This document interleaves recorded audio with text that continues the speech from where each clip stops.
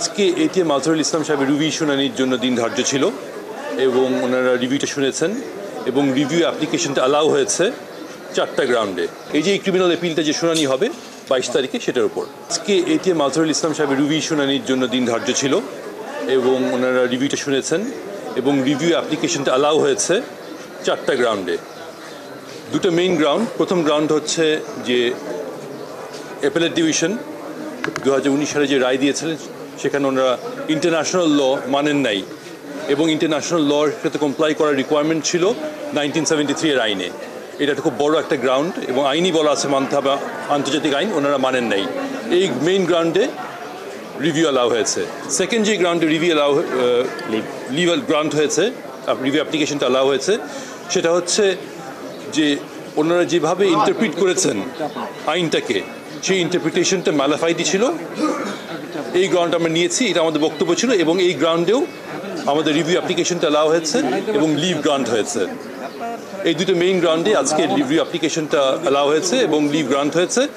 আর পরবর্তী ডেট হচ্ছে 22শে এপ্রিল, যেদিন মূল অ্যাপিলটা শুনানি হবে। এই যে 4টা গ্রাউন্ডে লিভ দেওয়া হলো, ওই 4টা গ্রাউন্ডে মূল অ্যাপিলটার শুনানি হবে। বলেছিলাম যে যেভাবে ইন্টারপ্রিটেশন দেওয়া হয়েছে, আন্তর্জাতিক আইন যেভাবে বাদ দেওয়া হয়েছে, সেটা হচ্ছে ম্যালাফাইডি ছিল, ম্যালাফাইড ইন্টারপ্রিটেশন ছিল। কারণ আইনে স্পষ্ট বলা আছে আন্তর্জাতিক আইন মেনে রায় দিতে হবে।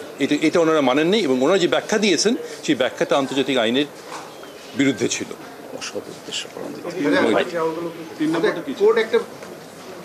আচ্ছা, 3 নম্বর পয়েন্ট ছিল এই কেসের সাথেই রিলেটেড, সেটা হচ্ছে যে ফ্যাকচুয়াল পয়েন্ট ছিল। ফ্যাকচুয়াল পয়েন্ট হচ্ছে যে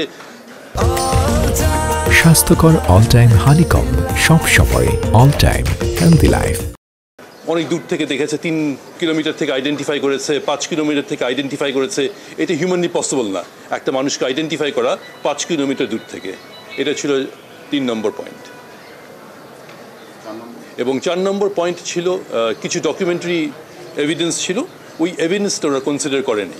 ওনারা বলেছেন যে সাক্ষী দিয়েছে উনি বলেছেন যে এটিএম আজহারুল ইসলাম আমার ক্লাসমেট, কিন্তু ডকুমেন্টে দেখা যাচ্ছে আসলে ক্লাসমেট না। প্রশ্নটা ওরকম ছিল। প্রশ্ন হচ্ছে রিভিউটা কোন আইনে হয়েছে, রিভিউটা কি আর্টিকেল 105-এ হয়েছে কি না, এটা নিয়ে প্রশ্নটা রেজ হয়েছে। আমাদের এটা ক্লারিফিকেশন করে দিয়েছি কোর্টকে আমরা, যে এটা রিভিউ নট আন্ডার আর্টিকেল 105, এটা রিভিউ হয়েছে কোর্টের ইনহারেন্ট পাওয়ারের আন্ডারে। এটা আব্দুল কাদের মোল্লা জাজমেন্টে ডিসাইড করা হয়েছে এবং আমরা ওভাবেই এসেছি। ট্রেডিশনাল ওয়েতে রিভিউটা হয়নি, এটা হয়েছে under courts inherent power, not under article 105। International crimes tribunal first, এটা প্রথম কেস, সেজন্যই ডিসকাশন হয়েছে কীভাবে হবে, প্রক্রিয়াটা কীভাবে হবে, এটাই ফার্স্ট কেস। এখানে আমরা যেটা চ্যালেঞ্জ করেছি এই রিভিউতে, আমরা পুরো প্রক্রিয়াটাকে চ্যালেঞ্জ করেছি। ডেফিনেটলি আমরা পুরো প্রক্রিয়াটা বলছি আব্দুল কাদের মোল্লা সাহেবের যে রায় দেওয়া হয়েছে ওই রায়টা ইনকারেক্ট, এটা আমরা চ্যালেঞ্জ করেছি।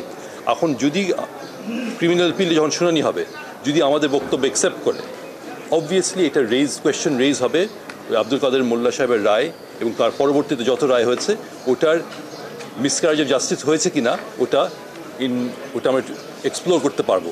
কিন্তু দ্যাট উইল ডিপেন্ড এই যে ক্রিমিনাল অ্যাপিলটা যে শুনানি হবে 22 তারিখে সেটার উপর। রিভিউ অ্যাপ্লিকেশনটা অ্যালাউ হয়েই এটা লিভ গ্রান্ট হয়েছে।